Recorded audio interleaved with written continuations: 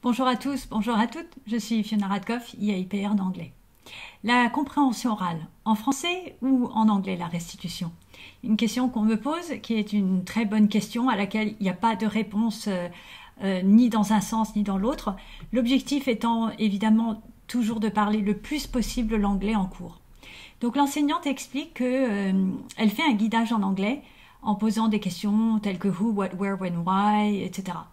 Et donc je trouve que c'est une excellente idée de passer le plus possible par l'anglais.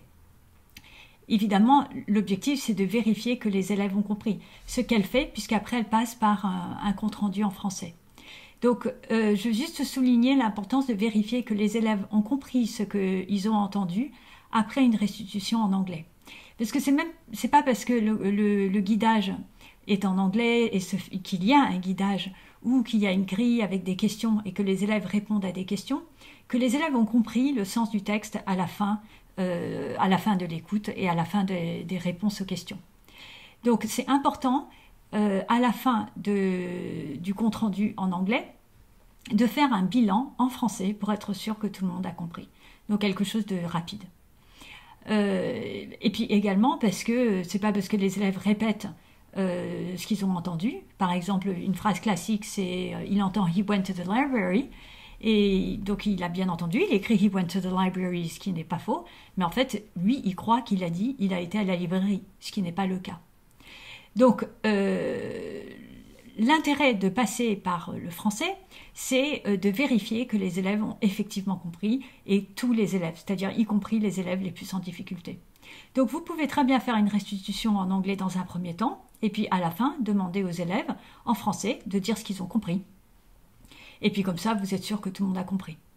Attention, si vous êtes au niveau première et terminale, je vous encourage à faire le compte-rendu en français et pas en anglais pour créer l'habitude, parce qu'on sait maintenant que la restitution va se faire de manière libre ou guidée, mais en français.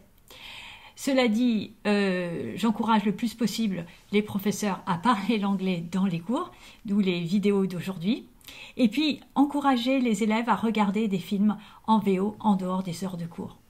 Toutes les recherches montrent que plus les élèves sont exposés à l'anglais en dehors des heures de cours, meilleurs sont leurs résultats.